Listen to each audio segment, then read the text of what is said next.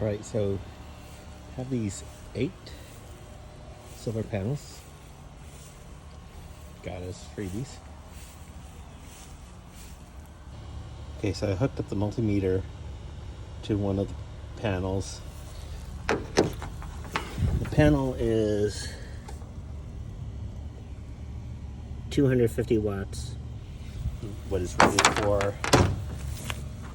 And it looks like right now says 32 watts. So 34, 40. This one got up to 80, but now the sun's behind the clouds, so it's registering about 30. So probably need to lay these out in a little bit better angle.